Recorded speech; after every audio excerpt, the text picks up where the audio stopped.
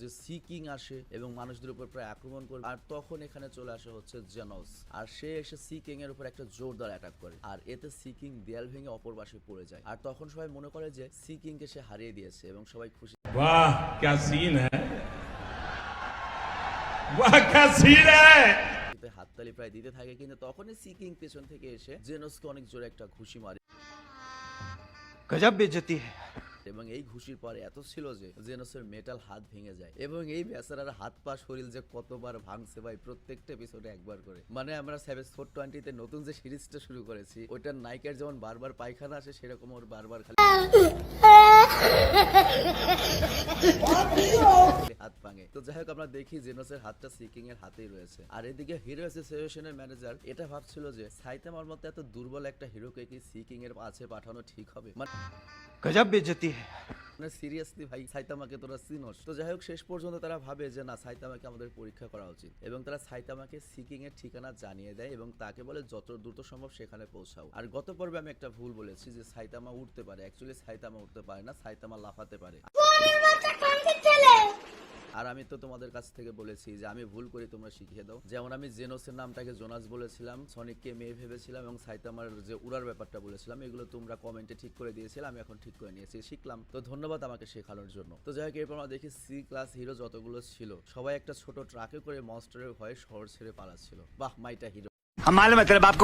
আর এপাশে আমরা দেখি জেনোস আবার উঠে দাঁড়ায় আর লোকজনকে বলে যারা এখান থেকে পালাতে যায় তারা যেন পালিয়ে যায়। আমি এই মনস্টারের মনোযোগ অন্যদিকে সরিয়ে রাখবো, ততক্ষণে তোমরা পালিয়ে যাও। अच्छा हमको सिखा रिया है। আর এটা বলে সে সি কিং কে লাথি মারতে থাকে, আর এক হাত দিয়ে সে তার ফুল পাওয়ার ব্লাস্ট করে, আর এতে ডিপ সি কিং হাওয়ায় উঠতে থাকে। আর তারপর জেনোস ওপরে এসে তার লাইটিং চোখ দিয়ে অ্যাটাক করে, আর এতে সি কিং পড়ে যায়, কিন্তু তারপরও জেনোস হারতে থাকে। আর এটা দেখে একটা বাচ্চা মেয়ে বলে, জেনোস তুমি পারবে, আমি জানি তুমি মনস্টারকে হারিয়ে দেবে। কিন্তু ডিপ সি কিং এটা শুনে রেগে যায় এবং সেই বাচ্চার উপর অ্যাসিড বল ছুঁড়ে মারে। কিন্তু তখন জেনোস তার সামনে দাঁড়িয়ে আসে, ওই অ্যাসিড বলটা তার উপরে নেয়, যার ফলে জেনোসের পুরো শরীর জ্বলে যায় এবং এখন জেনোসের লড়াই করার মতো একদমই অবস্থা ছিল না।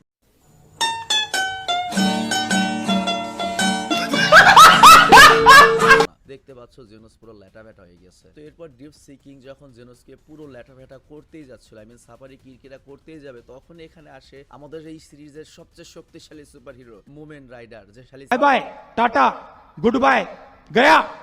সাইকেল চালাতে পারে এবং সে তার সাইকেলটাকে ডিপ সি কিং এর উপর ছুঁড়ে মারে এবং বলে আমি এখানে ন্যায় করতে এসেছি। ব্যাপারটা অনেকটা মুরগির সাথে সিংহের ঝগড়া করার মতো। अच्छा তো যাই হোক, তখন আমরা দেখি সে যখন সি কিং কে ঘুষি মারতে যায়, সি কিং ওর হাত ধরে ওকে আশ্রাতে থাকে, আর এতে মুমেন गजब बेइज्जती है।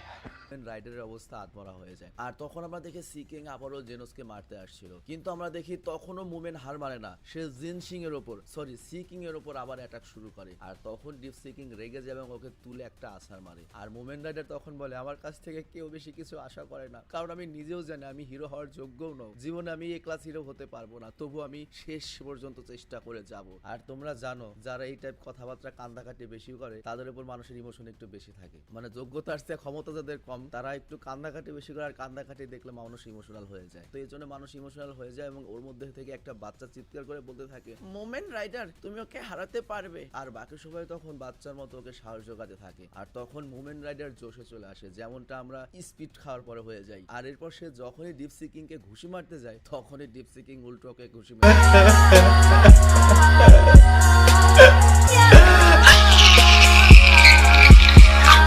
আর তখন লোকদের আশা আরেকবার ভেঙে যায়। আর আমরা দেখি মুমেন রাইডার সোজা গিয়ে আমাদের জনি পাঞ্চ সিংকের হাতে গিয়ে পড়ে। মানে বুঝতে পারছো সাইতামার এখানে আমরা একটা নতুন নাম দিচ্ছি, ওয়ান পাঞ্চ ম্যান নয়, জনি পাঞ্চ সিন্স। তো যাই হোক, ভাগ্য বলে এখানে সাইতামার পৌঁছে গিয়েছে, আর সে মুমেন রাইডারকে বলে তুমি অনেক ভালো ফাইট করেছো। আর তারপর সাইতামার নজর পড়ে জেনোসের উপর এবং সে জেনোসকে জিজ্ঞেস করে আরে আলাই তুই কি এখনো বাইসা আছিস নাকি? জেনোস তখন বলে গুরু বাইসা আছি, কিছু করেন। আর ততক্ষণে আমরা দেখি সি কিং সাইতামার পেছনে সে ওকে অনেক জোরে একটা ঘুষি মারে, কিন্তু এতে সাইতামার কিছুই হয় না। আর এটা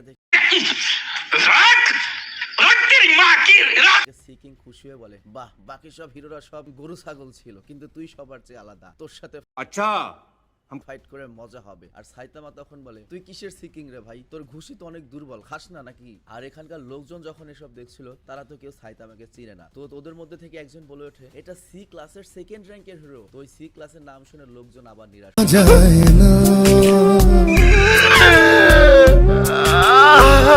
ভালোবাসা তখন ডিপ সিকিং সাইতামাকে যখন মারতে আসে, সাইতামা জাস্ট একটা ঘুষি মেরে দেয়, আর সেটা এত স্ট্রং ছিল যে সিকিং তো মরে এবং আকাশের যত কালো মেঘ ছিল সব সাফ হয়ে যায় এক ঘুষির বাতাসে।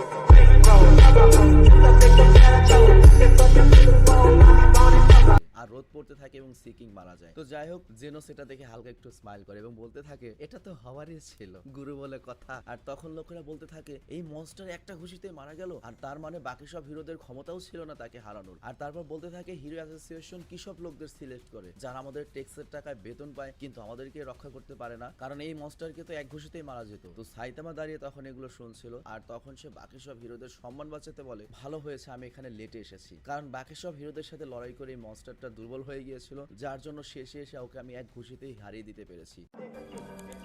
I simply am not. আর সকল ক্রেডিট আমার হয়ে গেল। মানে হারামজাদা সাইতামা সিন্স দিয়ে একটা কাজ করলি এমনি তোরে কেউ চিনে না, তার উপর লোকজন এই কথার পরে সাইতামা সিন্সকে ঘৃণা করতে শুরু করে। তবে বাকি যতগুলো হিরো ছিল যারা ল্যাটাবেটা হয়ে গিয়েছে তাদের মনে সাইতামা সিন্সের জন্য সম্মান অনেক। A few moments later, 2000 years later, one eternity later. अच्छा